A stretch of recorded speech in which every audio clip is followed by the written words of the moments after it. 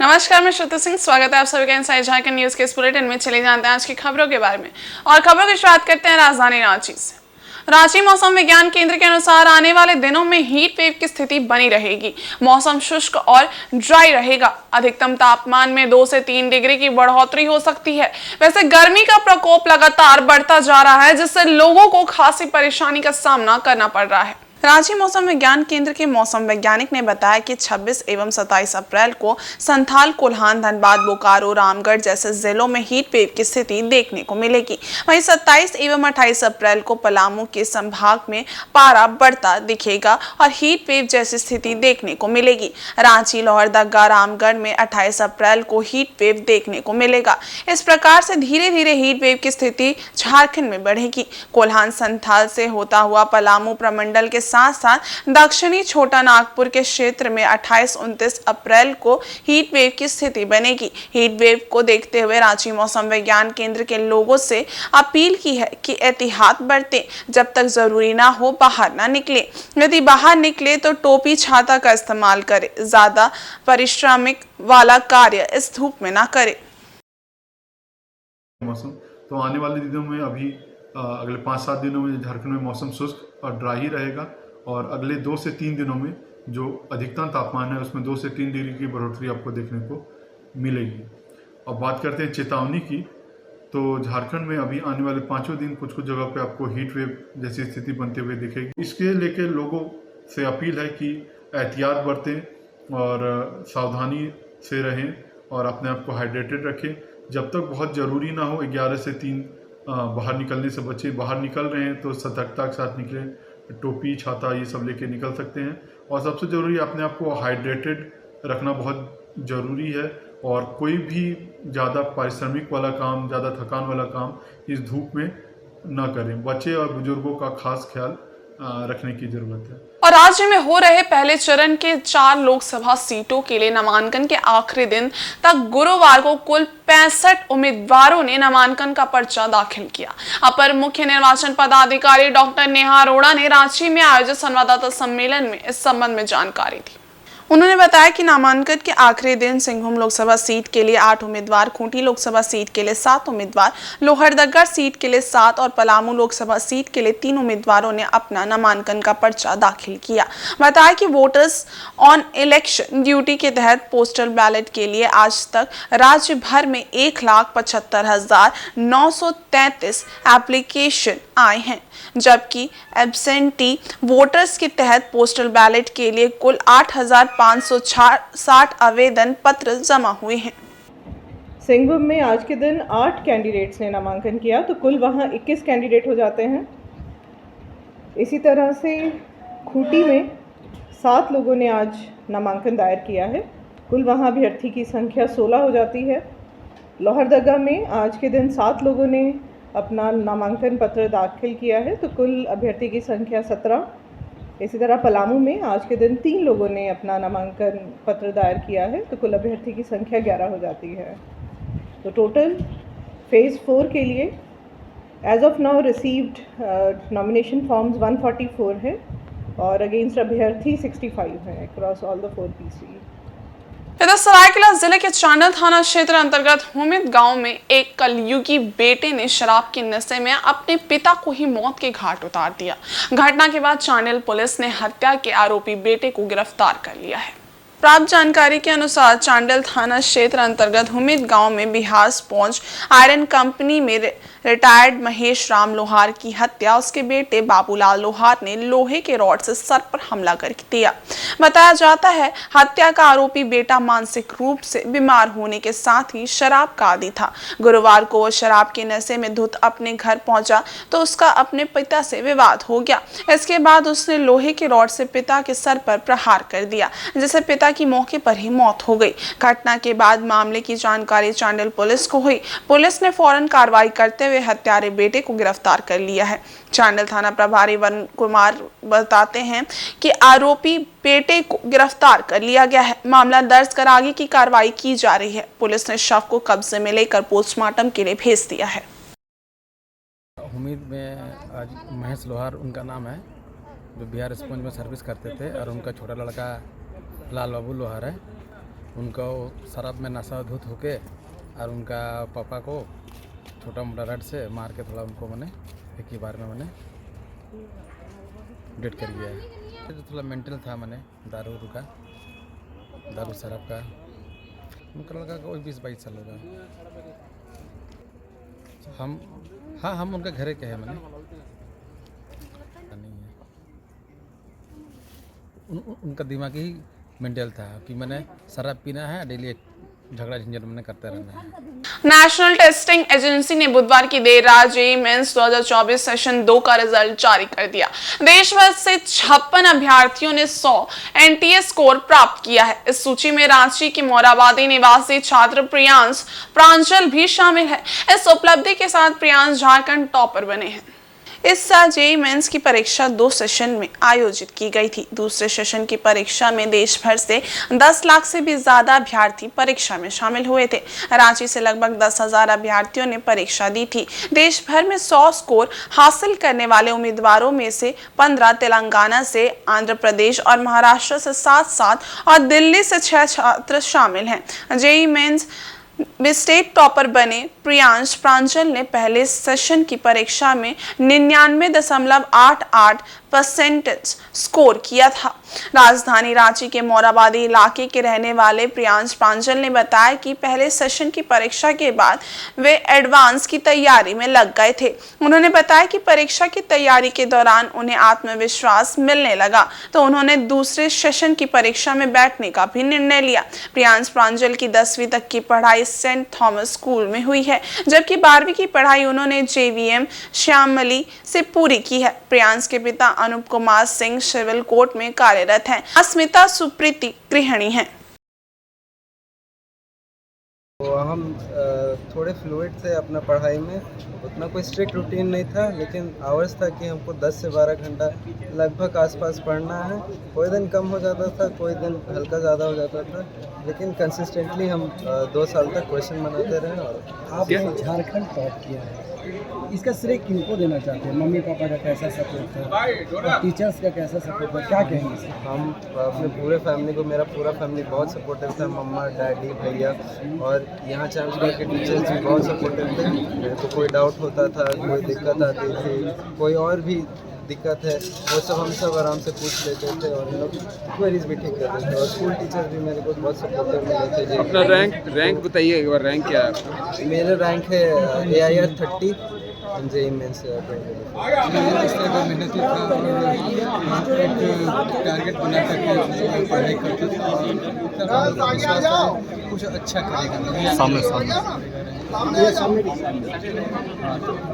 बढ़िया रैंक आएगा। जो हमारे तरफ से, पेरेंट्स की तरफ से जो भी प्रोफेशन सपोर्टफुल होना चाहिए वो हम लोग उसको प्रोवाइड करेंगे।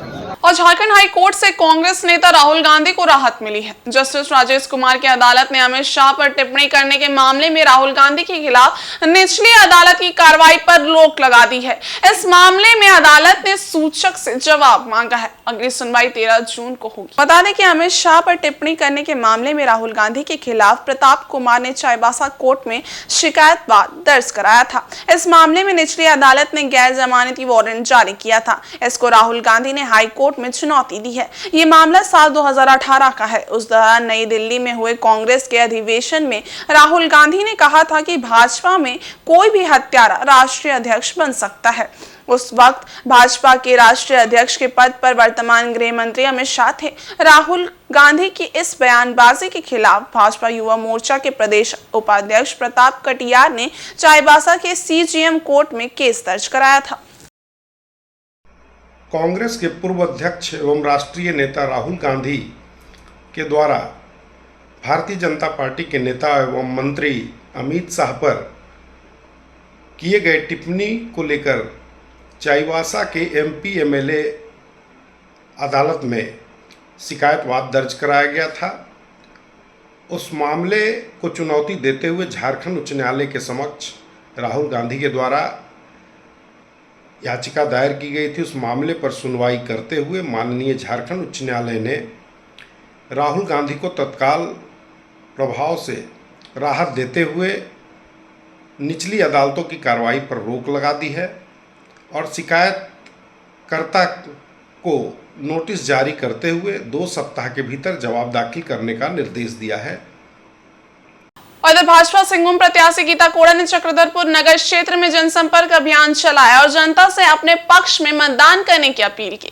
अभियान की शुरुआत पवन चौक स्थित भाजपा कार्यालय से हुई। इसके बाद अभियान वार्ड नंबर 4 स्थित कुम्हार टोला पहुंचा, जहां गीता कोड़ा ने कुम्हारों से मिलकर उनकी समस्याओं को जाना। इसके बाद वे पुरानी बस्ती सहित जग्गू दीवान चौक पहुंची, जहां उन्होंने जग्गू दीवान की प्रतिमा पर फूलमाला पहनाकर श्रद्धांजलि दी। उसके बाद उन्होंने नगर प्रभु जगन्नाथ मंदिर पहुंचकर मत्था टेका तथा आशीर्वाद लिया। वहीं पुरानी बस्ती में महिलाओं से मुलाकात की। उसके बाद वार्ड संख्या 2 भलिया कूदर, वार्ड संख्या 3 नगर परिषद हरिजन बस्ती, वार्ड संख्या 7 कुम्हार टोली, वार्ड संख्या 8, 9, 10 झुमका मोहल्ला तथा वार्ड संख्या 11 व 12 पोटा खोली में लोगों से मिल अपने पक्ष में मतदान की अपील की। मौके पर मुख्य रूप से पूर्व विधायक शशि भूषण सामंत, महिला मोर्चा प्रदेश कार्यकारिणी सदस्य मालती गिलुआ, विजय मेलगांडी, संयोजक सुरेश साव, दीपक सिंह,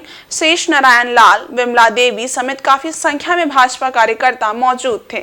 अपने इस दौरे के क्रम में गीता कोड़ा ने झामुमो और कांग्रेस पर हमला करते हुए कहा कि भाजपा की प्रचंड जीत को सामने देखकर महागठबंधन बौखला गई है, इसलिए झूठ फरेब फैलाकर कांग्रेस और झामुमो जनता को दिग्भ्रमित करना चाहती है। देखिए ना, और आरक्षण कहाँ खत्म हो रहा है, ये सिर्फ लोगों को डरा रहे हैं कि भाई आरक्षण खत्म हो जाएगा। तो 10 वर्षों में ऐसा कुछ नहीं हुआ, बल्कि और ज़्यादा ये समाज मजबूत हुआ है, चाहे वो आदिवासी समाज हो, दलित समाज हो, ये और मजबूत ही हुआ है। तो इसलिए ये इनके पास मुद्दा नहीं है, इसलिए लोगों को डराने का ये प्रयास कर रहे हैं। और लोग इस बार डरने वाले नहीं है, बहलने फुसलने वाले नहीं है, लोगों ने मन बना लिया। क्योंकि इससे पहले भी भारतीय जनता पार्टी पूर्ण बहुमत में थी, 2014 में भी और 2019 में भी, लेकिन कभी मोदी जी ने इस तरह का कहीं कोई ये नहीं आया है, संविधान बदलने की बात नहीं हुई है, बल्कि संविधान का उन्होंने रक्षा किया है, संविधान दिवस मना करके संविधान को पूजने का काम किया है। तो ये तो विरोधी है, जैसा मैंने कहा कि उनके पास कोई मुद्दा ही नहीं है, इसलिए इस तरह के बयानबाजी कर। पूर्ण बहुमत तो 14 में भी था, 19 में भी था। और जमशेदपुर के जुबली पार्क में स्वीप कोषांग के द्वारा दीप प्रज्वलित कर मतदाताओं को जागरूक करने का प्रयास किया गया। इस मौके पर स्वीप कोषांग प्रभारी अभिनेश त्रिपाठी, सीडीपीओ दुर्गेश नंदनी मौजूद थी। यहाँ कुल 700 दिए जलाए गए, जिसमें लिखा गया था वोट करेगा जमशेदपुर। बता दें कि आगामी 25 मई को जमशेदपुर में मतदान होना है। इसमें अब केवल 30 दिन बचे हुए हैं। ऐसे में रोजाना विभिन्न प्रकार के कार्यक्रम के जरिए स्वीप कोषांग के द्वारा लोगों को मतदान के प्रति जागरूक किया जा रहा है। यह अभियान विभिन्न क्षेत्रों में चलाया जा रहा है। वहीं स्वीप कोषांग प्रभारी अभिनेश त्रिपाठी ने कहा कि लगातार मतदान जागरूक अभियान चलाया जा रहा है। इसी कड़ी में गुरुवार को जुबली पार्क में जागरूकता अभियान चलाया गया।